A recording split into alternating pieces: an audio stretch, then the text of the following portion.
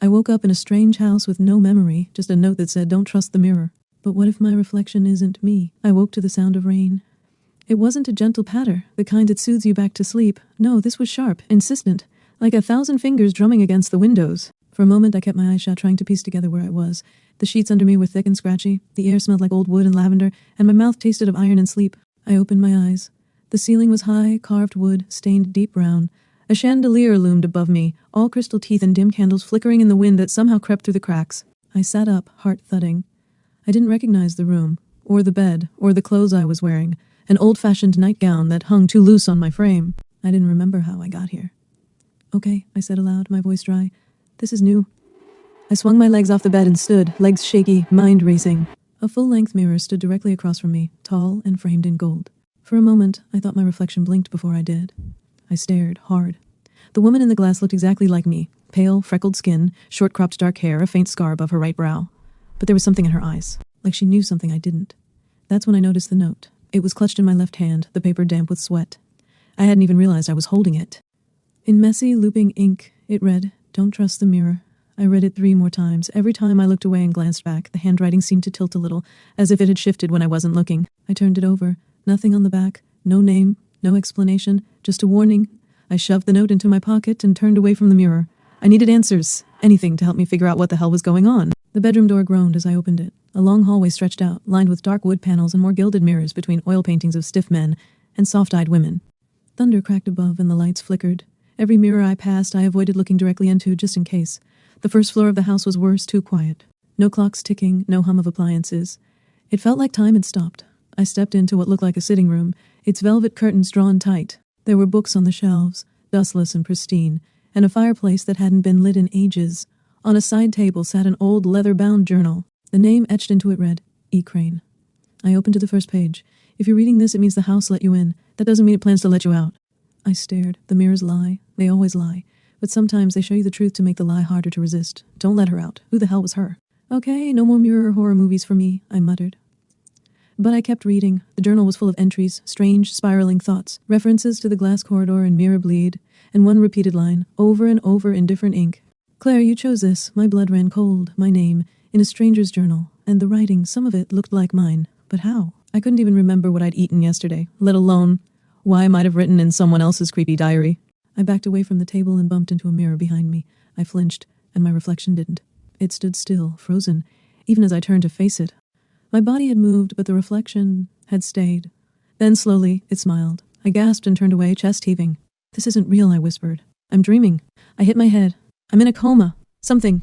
But then I heard footsteps above me. Deliberate. Slow. Someone else was in the house. I ran up the stairs 2 at a time, past the staring portraits and shifting mirrors, to the room across from the one I'd woken in. The door creaked open easily. Dust floated in the air. The bed was made crisp and clean, and on the dresser were framed photographs. My breath caught. Me. In every single one. Me with a man I didn't recognize.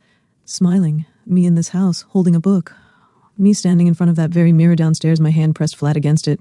I looked older in some of the pictures. Others, younger. The dates on the backs were all wrong, out of order. Some from 10 years ago, others from last week. Was I losing my mind?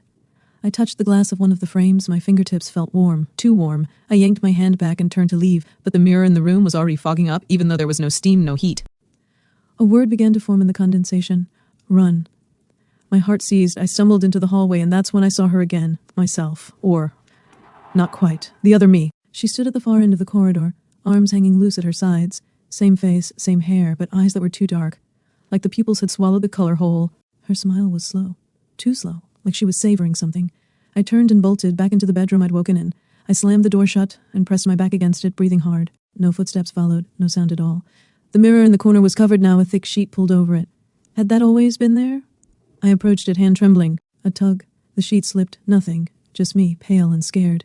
But my reflection blinked and didn't stop. It kept its eyes closed, like it was resting. I whispered, "What are you?" It opened its eyes and mouthed the words, "You know me." I staggered backward, knocking over a small chair as the mirror's version of me mouthed those words again. "You know me." I pressed my hands over my ears like that would somehow block it out. But there was no sound, only the steady pounding of my heart, loud and insistent.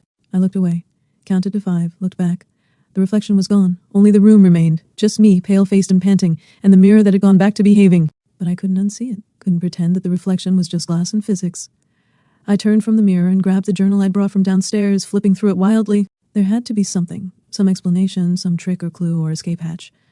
The house is a liminal place. Time breaks here. Memory folds in on itself. The mirrors are thin places. She waits on the other side. She only becomes real if you let her. My hands shook as I read, my eyes jumping lines, skipping over entire pages. My name appeared more and more toward the end. Claire. You wanted to forget. You begged me to trap you here, said it was the only way. I felt like I was unraveling, like I had written that, like I remembered writing that. But I didn't. Did I? Another entry, dated unknown, was shorter than the rest, more desperate. If you see her smile, it's too late. I dropped the journal. Footsteps again, closer this time. Floorboards moaned outside the door, slow and deliberate. I backed away toward the window and pulled aside the curtain. Darkness. No streetlights, no landmarks, just endless forest, drenched in rain, trees twisting in ways that didn't feel right.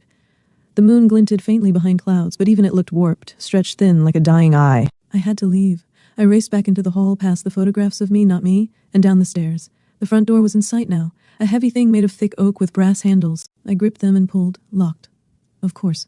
I turned. The mirror in the entryway pulsed. My reflection stood there, watching, patient. She raised her hand and waved with slow fingers, and then she pointed, not at me, past me.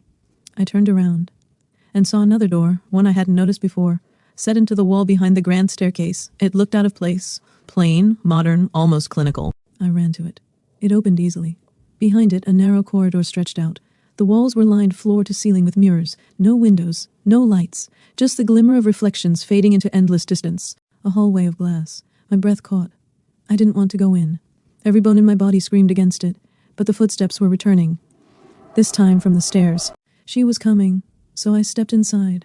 The air in the corridor was colder, still, the kind of stillness that pressed against your ears like you'd gone underwater. I walked forward, trying not to look into the mirrors, but they pulled at my vision anyway. Dozens of versions of me walked alongside me. Some looked afraid, others calm. A few were grinning. One of them, one near the end, was covered in blood. I swallowed hard and kept moving. And then I saw her. Not in a mirror, but standing directly in front of me. She looked just like me, but polished, more confident, poised, like a better version. Her clothes were different too, no nightgown. She wore a dark green coat like the one I used to own years ago. She smiled. The same smile I'd seen in the mirror upstairs. Claire, she said. Her voice echoed, not off the walls, but from inside my own head. I knew you'd come. Who are you? I whispered. I'm the real you, she said, tilting her head. Or at least, I was. Before you ran. I didn't run, I said automatically. I woke up here. I don't even remember. Exactly, she said. Because you made sure of that. She stepped closer. Her eyes were mine, but deeper somehow, like they held entire lifetimes. You asked to forget. You asked me to take your place while you hid in this empty house of mirrors. You wanted to be trapped. I backed away. You're lying, am I? Why do you think the journal is written in your handwriting? Why do you think every picture in this house has your face? You lived here for years. You just didn't want to remember why. My stomach churned. My hands trembled. The reflections were pressing in around us now, showing different versions of the moment. Me attacking her attacking me, us screaming. One version far down the corridor showed me stepping into a mirror willingly. What did I do? I whispered. She leaned in close. You killed someone. My breath caught. A man named Elijah Crane, she said. The man who tried to help you. The man who wrote the journal. You loved him. And when he found out what the mirrors could do, he tried to destroy them. You stopped him. No, I said. No, I wouldn't. You begged me to take it all. The guilt, the memories, the truth. And I did. Her smile faded. But now you're remembering. And that means I can't hold it anymore. She reached for me. Take it back, she whispered. I stumbled away, but there was nowhere left to run. Mirrors surrounded us, endless fractured versions of what might be. I don't want this, I said. I don't want to remember. You have to, she said. Because if you don't, I'll take your place again. Out there. And next time, I won't be so kind. She reached toward the largest mirror in the corridor. The glass shimmered. It's your choice, she said. But someone has to live with what you did. It's either you or me. For a long moment, I stood frozen. I saw myself in every reflection, crying, bleeding, screaming. I saw Elijah, his smile, the warmth in his eyes, and the pain when he realized what I'd done. I looked at her, my reflection, my double, my other half, and I stepped forward. She reached for me, and I grabbed her. For a moment we were both real, both flesh. I saw her eyes widen. She fought me, nails digging into my arms, but I held tight and spun, forcing her backward into the mirror as hard as I could. Glass cracked, then shattered. She screamed high and sharp before the mirror exploded into shards. And then, silence. Only me gasping in the corridor of broken glass. Alone. I stumbled back, bleeding from a dozen tiny cuts, and looked into the jagged remains of the mirror. My reflection stared back. Just me. Normal, shaking. But mine. I left the corridor. The house felt different now. Still strange, still silent, but no longer watching. The rain had stopped. Dawn broke through the windows like a gift. The front door stood wide open. Outside, the forest was still, the sky pink with sunrise. I stepped outside. My hand brushed the doorknob. A flash of movement caught my eye, in the glass of the door. I turned slowly. My reflection stood there. She didn't move, she didn't smile, but she blinked and mouthed one final word, remember, the end. Comment what stories you want to hear next. Subscribe to FryyDaee on YouTube for the full videos. Thanks for watching.